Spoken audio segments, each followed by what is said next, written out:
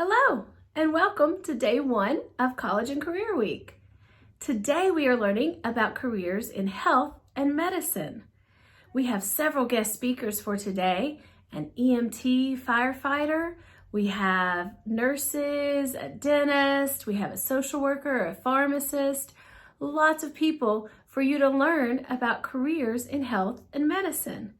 If you have questions today, you can comment either on the post on Facebook or you can comment on the post on YouTube.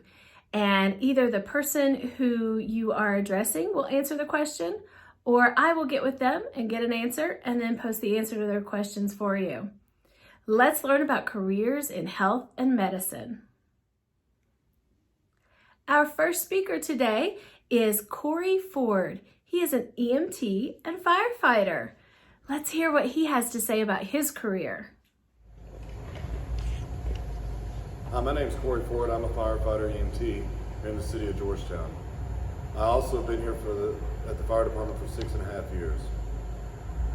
What's the most rewarding thing about your job? The most rewarding thing about this job for me is that I sign up to help people in need. Not only that, getting to fight fires and going out and doing things for the community in which I serve. What's the most challenging thing about your job? For me, the most challenging thing about my job, now that I'm a little older and I have kids, is being away for the holidays sometimes, which that's a part of the job. And not only that, we stay here at the fire department even overnight, so when we go out on runs late at night, we still have to wake up sometimes. It's not that big of a deal, but we normally don't get our full 8 hours of sleep, and that's probably one of the most challenging things is to stay awake. What level of education do you need to do your job? So it's always good to get a college degree, but for most fire departments here in the state of Kentucky, it's a minimum of a high school requirement. But for the most part, they look for some sort of experience after you get out of high school. So going to college or in the military or even some sort of trade school and deciding that you want to join the fire service afterwards is a good thing to always pursue. Tell us about the training for your job. So for me, you have to be an EMT in the state of Kentucky. I went to school in Lexington. You have to go and do a 13 to 4 week program for the EMT school and to have that certification here in the state of Kentucky. Not only that, the department or wherever you decide to work, you have to be firefighter 1 and 2 certified, which you'll either go into a recruit class program through the department you work at, or you'll have to go to some outside school for that thing. And then once you get on the job, you're always having to get more certifications and more things for the things that pertain to the place that you work at. What advice do you have for students interested in your career field? The advice that I have for students interested in this career field is there's some deep down inside you guys are probably sitting in your classroom right now saying, all I want to do is be a firefighter when I get older. You guys are probably going to lean towards that your whole career, but some of you guys might graduate high school and decide later on that you want to do it. But I can tell you the best advice I have right now is to pay attention to school, listen to your teachers, listen to your parents, and do everything they try to tell you about life. Because when you get on the fire service, everything that we do day in, day out derives from growing up and just having any type of trade skills or anything like that. So really focus in school and do what you're doing right now, and I promise it'll pay off in the long run. How has the coronavirus pandemic changed the way you do your job? With this coronavirus going around, at the fire department, we still make runs, we still do everything like we normally would do. But the only difference is now is that we're trying to stay in the station just as much as you guys are staying at home. It's a little bit hard to do at times, but with the runs and stuff like that, but that's fine. Not only that, we still have to wear masks, just like you guys do. And I encourage you guys to wear masks and wash your hands because we have to do that anyway, but we're doing it a lot more now. And not only that, coming home and just trying to keep it away from my little girl, I've been trying to do a little bit more steps and everything like that. But for the most part with this job, we still have to do it, and we still have to go out and help you guys out. Thank you, Corey. I think he did a great job telling us all about his job. Are you ready for our next guest? We have Jenna Fox Bivens. She is an emergency room nurse. Let's learn about what it would be like to be a nurse in the emergency room, especially right now. Our interviewer today is her daughter, Addison. Addison's in first grade at Garrett Morgan Elementary, and she's going to do an amazing job asking questions she thinks you would want to know the answer to. Go ahead, Addison. Introduce yourself, Mama. My name's Jenna. I'm an ER nurse at Clark Regional Medical Center. How long have you been a nurse? I've been a nurse for 13 years. What is the most Rewarding. rewarding part of your job? I would say the most rewarding part of being a nurse is helping people that are sick and making a difference when they are stressed or in a stressful situation or very sick, and being able to make a difference every day. What kind Is what is the most challenging part of your job? the most challenging part of my job being an ER nurse is that sometimes the ER gets very busy and there are a lot of sick patients all at one time. And taking care of really sick patients sometimes means that as nurses and doctors, we don't eat or sit down or rest for 12 hours, and it's a big responsibility. And sometimes when patients are sick, they can be unhappy, and just trying to take the best care of them that we can. What kind of enjoying Education. or special training do you have to do to be a nurse? So most nurses have a 4-year degree, and then after you've been a nurse for a while, you can go back and do 2 more years of school and be a nurse practitioner. What advice? Where did you go to college?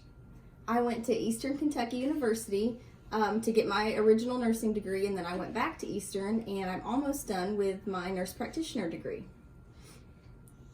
What advice do you have for students considering a career as a nurse? So nursing school is very hard, it's very challenging, so it's really important to do well in school and develop good study habits now. And also when you're older and you're thinking you might want to be a nurse, it's a great idea to volunteer at a nursing home or at a hospital, so you kind of get in there and see if it's something you would actually like to do. How has COVID-19. COVID-19 changed the way you do your job?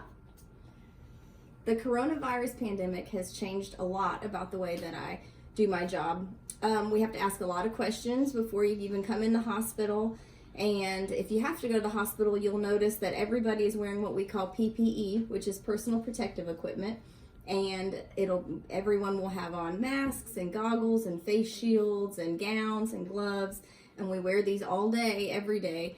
And that's to keep us safe and keep us healthy, so that we can keep coming back to take care of people. So if you do have to go to the hospital in the next few weeks, it's a little bit scary to see everybody wearing all of that stuff, and just know that underneath our mask we're all smiling and we're glad to take care of you.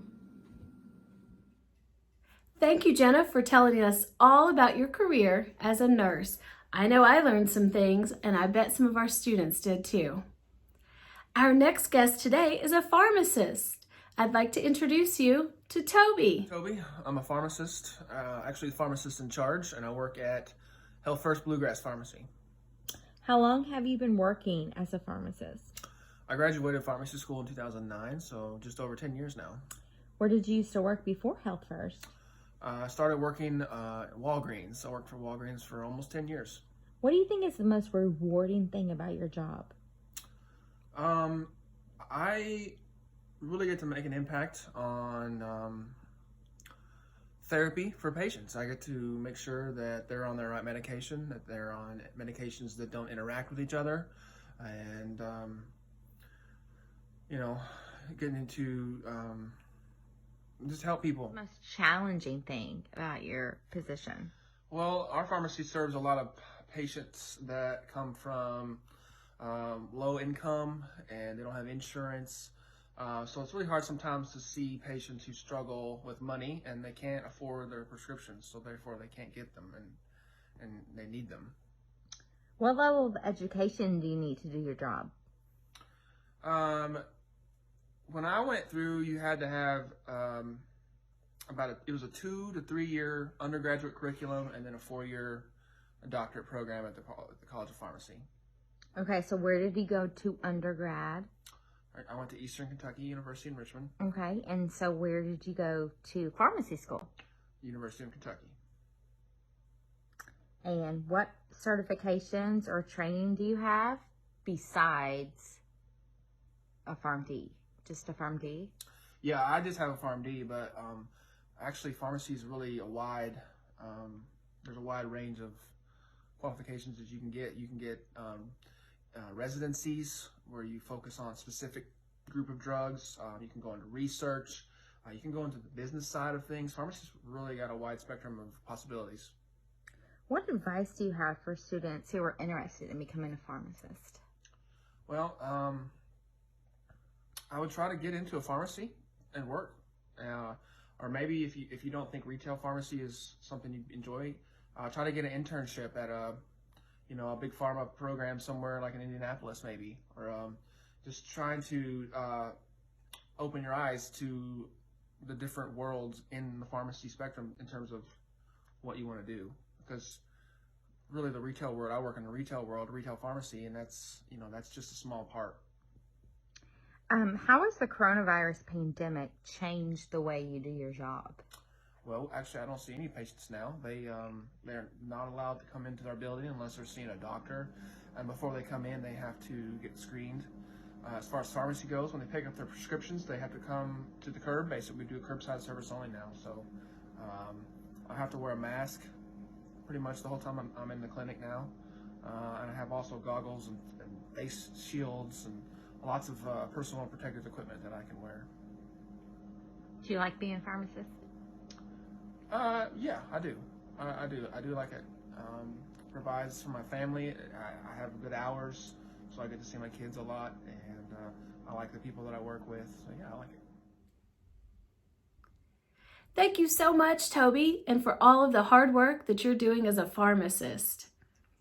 Our next guest today is Jenna Allen. Her daughters go to school at Eastern. She is going to tell us about her job as a dental hygienist. Hi students, thank you for having me for Career Week.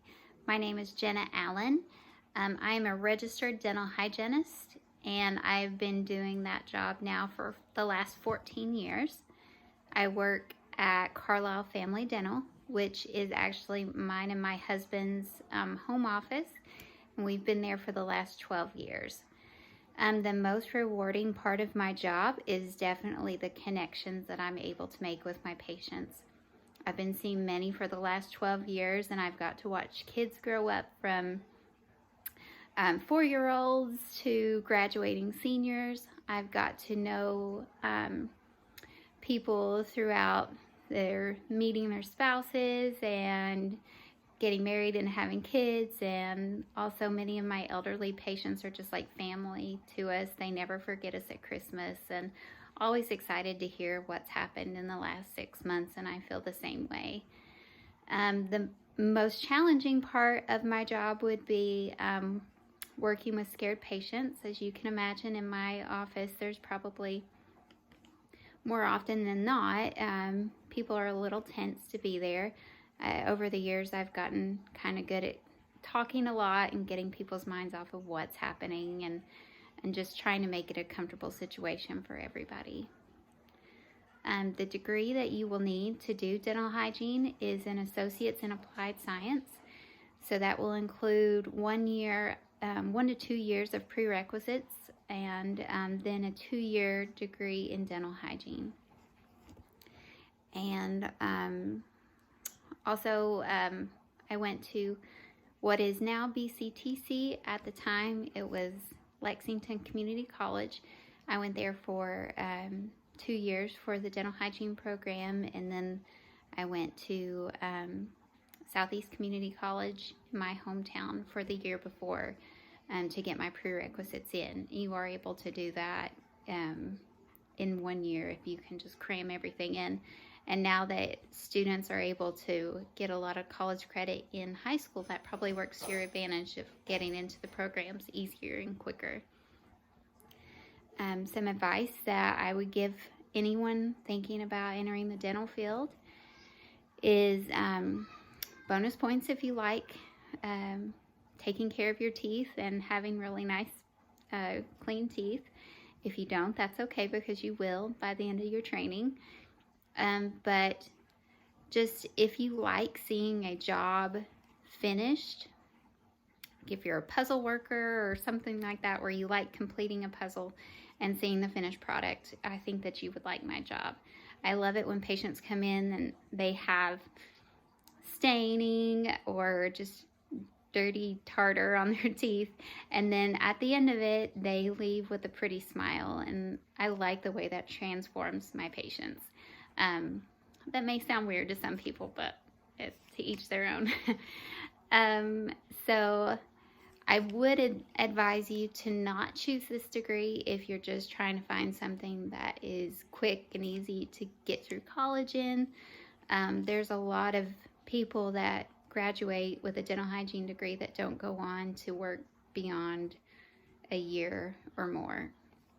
They just get in the real world and figure out that they don't really like what they're doing. As far as what's going on in the world today with the coronavirus, they've determined that our job is one of the most likely to contract the virus because of the aerosols from the instruments that we use and how it would be in the air for us to breathe, and it would probably, even the mask wouldn't be able to keep us safe. So I've been unemployed since close to the beginning of March. My husband, he's a dentist. He is allowed to still see emergency patients, so if someone is having a toothache or infection, he can still go into work. But as for me, I can't wait till this is over and I can go back to normal life of seeing patients. I think that's all I have for you. Thank you for having me. Bye-bye. Thank you so much for telling us all about your job. Our next guest you might recognize. This is Megan Shook. She is a school social worker, and her son goes to school here at Eastern. I'm so excited to have her tell you all about her job and some of the other things she's done in the past as well.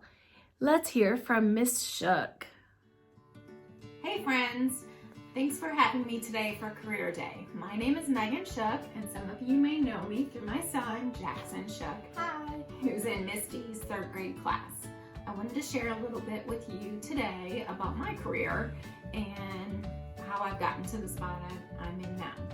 So my current title is District Social Worker, and so I'm a social worker for Scott County Schools. I have an office over at Phoenix Horizon High School, which is kind of over by Scott County High School, and I get to see students there and at the high school, but then I also get to travel around to all the other schools, so Eastern and Lemons Mill, the middle schools and the high schools, and I get to work with students and staff at all of those schools. So you might be wondering, what is a social worker? So a social worker is in the human services field, and social workers like to work with people.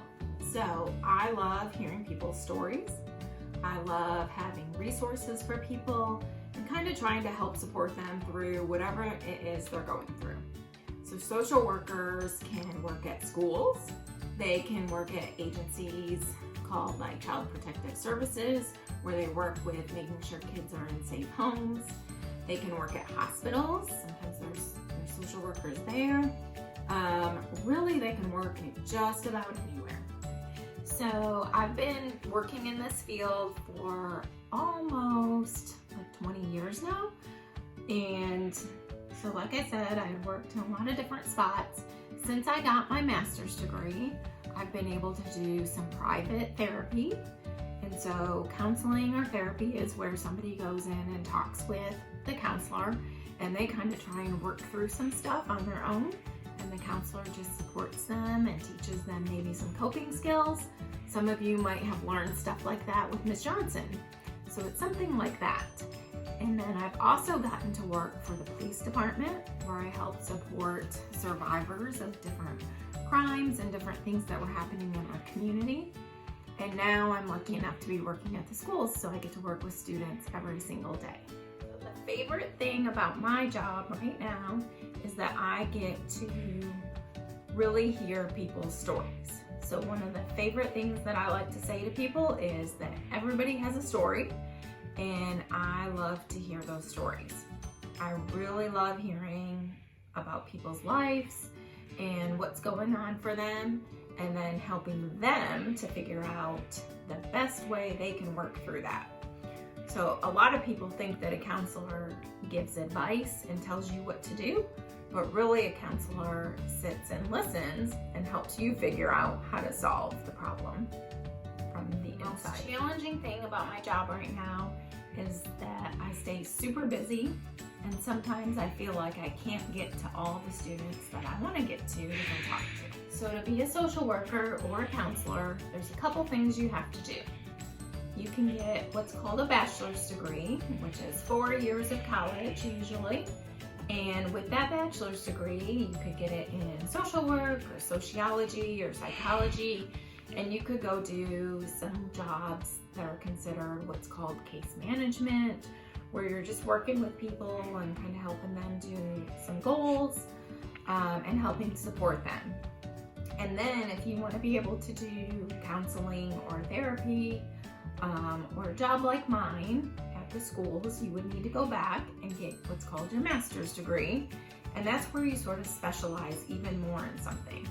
And so you would do that, and then there's a lot of licenses that you have to get as a counselor or a social worker, so that it kind of shows everybody that you've done the training and you've done the work to do this job. Since you're working with people and you're trying to help them, it's really important that you're trained and that you're doing a good job at it, because you really want to do the right thing. And so if you're interested in doing a job like this, I would definitely start working with people. Going in and volunteering, especially when you get a little bit older, is really important. So you can check out your people skills, your communication skills. My one daughter volunteers at Amen House, and that would be a great way. That's a food pantry in town. That would be a great way to start building up these skills and seeing what this field is all about. We're in the middle of the pandemic, and so that has changed my job quite a bit. I used to have an office at the school, which I'm going to show you a picture of, but now I am working out of my house. And so I'm set up at my dining room table, and all my kids' stuff is down there. And I go have meetings in the other room, and I do that through Zoom, which many of you are probably using right now. And then some days I go in and I help deliver food and do the backpack program with students, and I spend a lot of time on the phone. I can actually still do counseling and talk to kids through the phone or through Zoom. And so if you need to talk to anybody, I encourage you to reach out and let somebody know, because it's really important right now that you still take care of yourself.